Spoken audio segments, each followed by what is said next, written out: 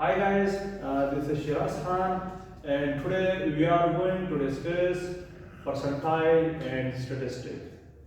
Percentile को आज discuss करते हैं।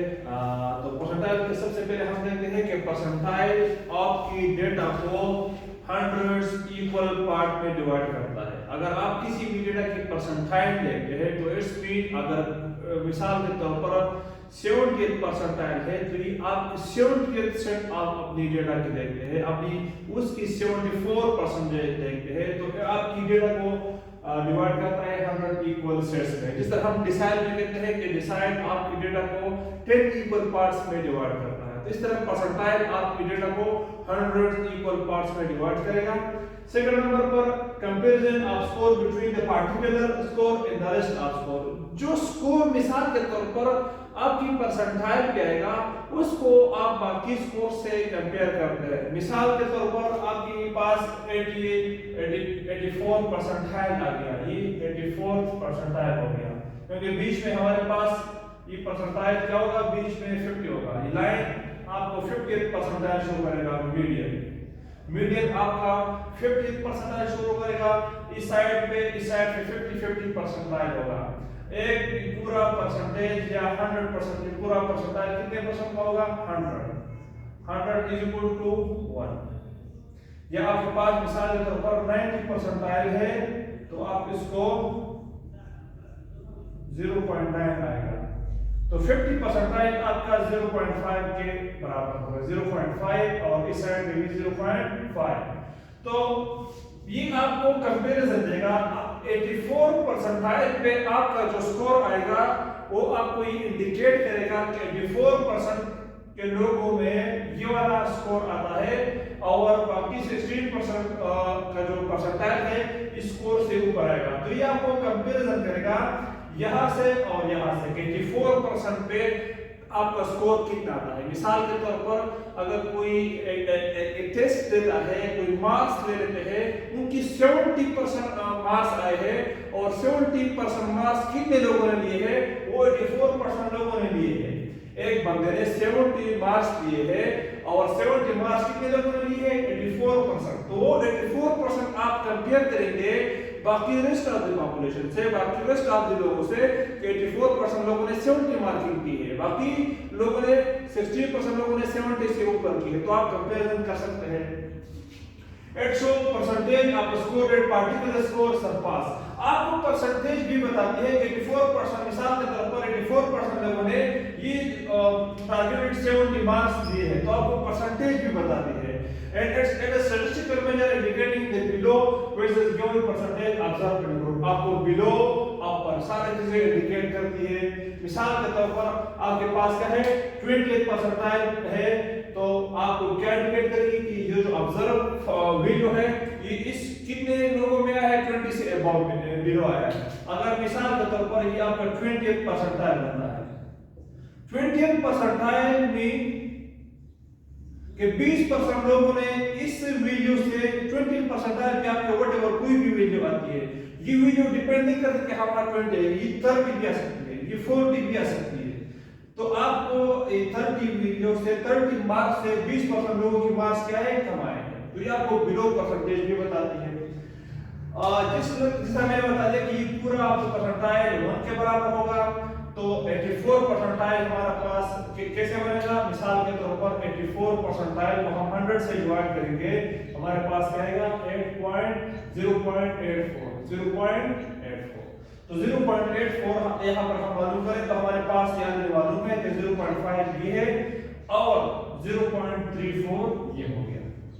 इसके हिसाब से हम फिर वो वैल्यू मालूम करते हैं। Distribution, so find the 84th percentile of distribution, find the 50th percentile of distribution, and find the 60th percentile of the distribution. So 84th percentile mean के 84% 0.84। इसका मतलब ये है कि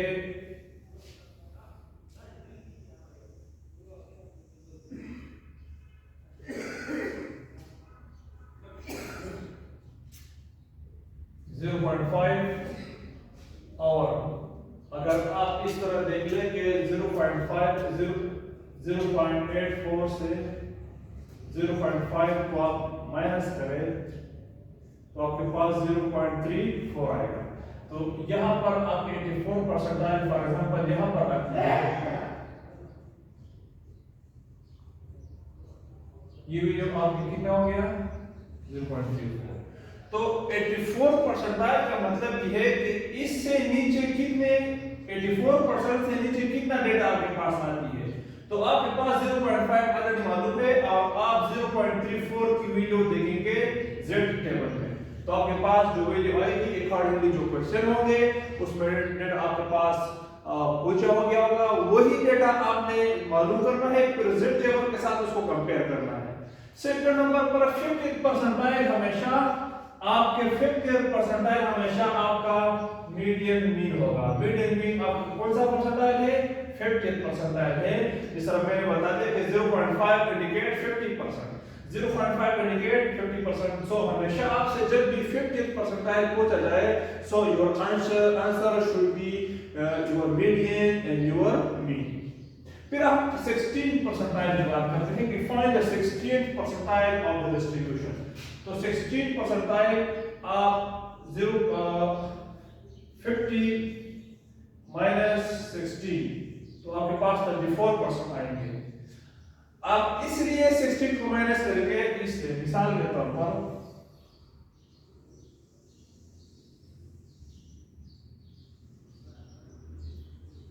16 परसेंटाइल आपका इस तरह बनेगा, तो इसकी वीडियो इट्स मीन के 0.5 से क्या है कम है, तो आपने इसको 0.5 या 50% से माइनस करना है कि आपके पास ये वाला एरिया आ जाए जिसकी आप वीडियो देखना चाह रहे हैं।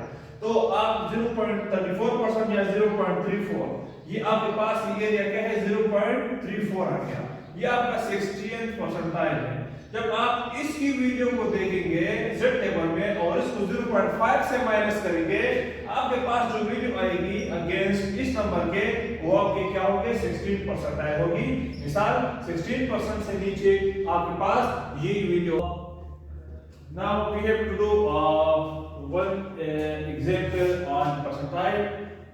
Suppose the reaction time of particular drug has normal distribution with the mean of 10 minutes.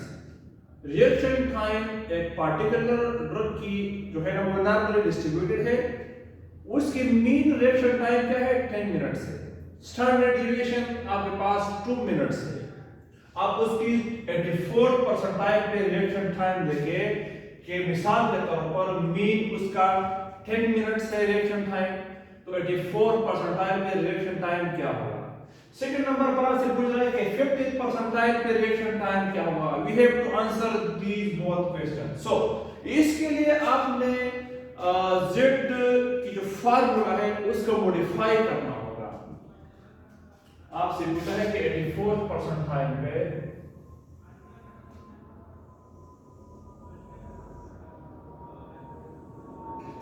0.5 इस साइड 0.5 इस साइड पे है, 84 पे आपसे मांगा क्या है कि रिएक्शन टाइम क्या है। तो अगेन आपने 84 से 0.5 को माइनस करना है, आपके पास ये वाला आ जाएगा। तो 0.84 से आप 0.5 को माइनस करेंगे आपके पास 0.34 आएगा। तो आपके पास ये वीडियो क्या है 0.3400।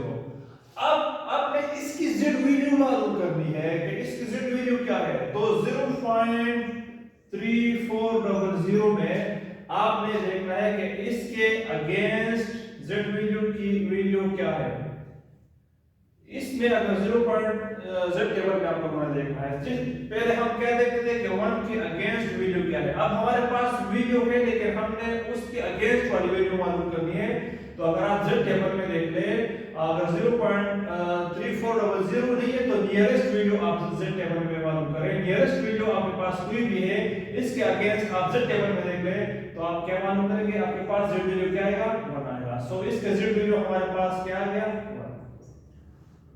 अब हमने फार्मूले को डिफाइन करना है। हमारे पास फार्मूला है कि z x mu divide by sigma. हमने क्या मालूम करना है, हमने अभी x को मालूम करना है। तो अब हम क्या कहते हैं, divide both side by sigma, sigma के साथ और z के साथ सिग्मा आ गया, तो z sigma is equal to x minus mu. हमने तो x मालूम करना है, रिएक्शन टाइम मालूम करना है 84% पे। अभी हमने बोथ साइड पर क्या करना है, म्यू को प्लस करना है, तो प्लस माइनस खत्म और x is equal to z sigma plus mu हमारे पास दिया गया।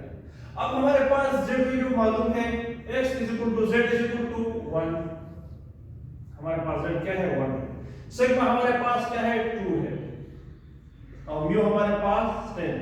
आप इसकी कैलकुलेशन करें, 2 1 2 प्लस 10 इज इक्वल टू 12।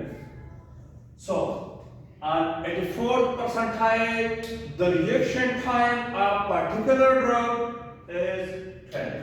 अगर 50th या मीडियन या मीन उसका 10 मिनट्स रिएक्शन टाइम है तो 84% पे क्या होगा, 84% पे हमारे पास 12 रिएक्शन टाइम होगा। So on 84th percentile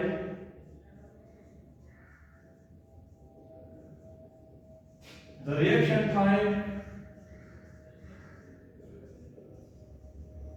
a particular drug is 12 minutes।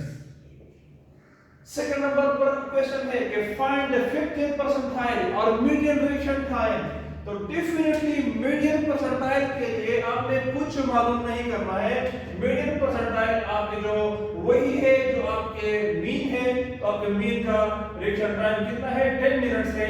अगर आप फार्मूले पे करना चाहते हैं तो बिल्कुल इसको फार्मूले में करें, क्योंकि यहाँ पर आपके पास z स्कोर क्या है 0 होता है। तो अगर आप यहाँ इस फार्मूले में इसको पुट करें तो z 0 और आपके पास सिग्मा 2 है और प्लस 10 है, 2 0 0 plus 10 is equal to 10। So on 50th percentile or median reaction time of particular drug is क्या 10 है, वही के वही आपके पास सेम टू सेम आंसर आएगा। So let's do with another example। Suppose the age in population has normal distribution with the mean of 60 years, standard deviation हमारे पास 10 years। So we have to find the 70th percentile of variable age, we will find the 85th percentile of variable age, and we will find the 30th percentile of variable age। So अगर हम 70th percentile की बात करें उस variable age की,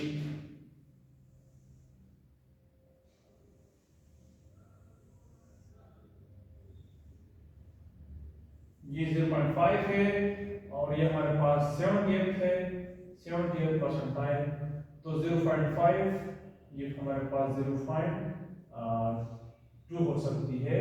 अगर हम 70th percentile की बात करें तो 0.7 से हम ये माइनस करेंगे, हमें ये पता चलेगा, तो 0.5, तो हमारे पास ये एरिया क्या आएगा 0.2। अब ये 0.2000 को इस वीडियो के अगेंस्ट हम z टेबल में देख ले तो इसके अगेंस्ट नहीं है, इसकी नियरेस्ट वैल्यू हमारे पास क्या है 0.1985। आप इसको z टेबल में देख ले, आपको समझ आ जाएगी। तो आपके पास इसके अगेंस्ट वैल्यू आप देख ले z टेबल में तो 0.52 आएगी। अब इसको फार्मूले में पुट करें, फार्मूले में आप कैसे पुट करेंगे, फार्मूला हमने मॉडिफाई किया था कि x is equal to z sigma plus mu. तो आपके पास x is equal to z की वैल्यू क्या है 0.52, सिग्मा क्या है आपके पास 10 है और म्यू क्या है 60 है। तो x इज इक्वल टू, आप इसको मल्टीप्लाई करें 10 को 0.52 में तो आपके पास क्या आएगा 5.2 plus 60, x is equal to 65.2 years। आपके पास 70th परसेंटाइल में आपके पास कितना एज आएगा, अगर मीन आपके पास 60 है, 50 परसेंटाइल आपके पास 60 एज आएगा, तो 70th परसेंटाइल में आपके पास 65.2 years आएगा। So on the 70th percentile of the variable age the person will have 65.2 years। 70th percentile पे वेरिएबल एज क्या होगा 65.2 होगा। अब सेकंड नंबर पर हमारे पास है कि फाइंड 85th परसेंटाइल। अब हम 85th परसेंटाइल की बात करते हैं तो 85th परसेंटाइल हमारे पास मिसाल के तौर पर हमारे पास 85th आ गया 85th परसेंटाइल। तो 85th परसेंटाइल सेम इसी तरह 80 85 100 0.85 minus 0.5 0.35 0.35 इसकी वैल्यू आपको 0.3500 करना है। z टेबल में अगेन इसको मालूम करें तो z टेबल में इसकी वैल्यू आएगी 1.04। यहां पर सेम इस फार्मूले में पुट करें तो z की वैल्यू है 1.04 मल्टीप्लाई बाय 10 प्लस 60। आप इसको इसके साथ मल्टीप्लाई करें तो इसकी वैल्यू क्या आएगी 10 को 1.04 से आप मल्टीप्लाई करें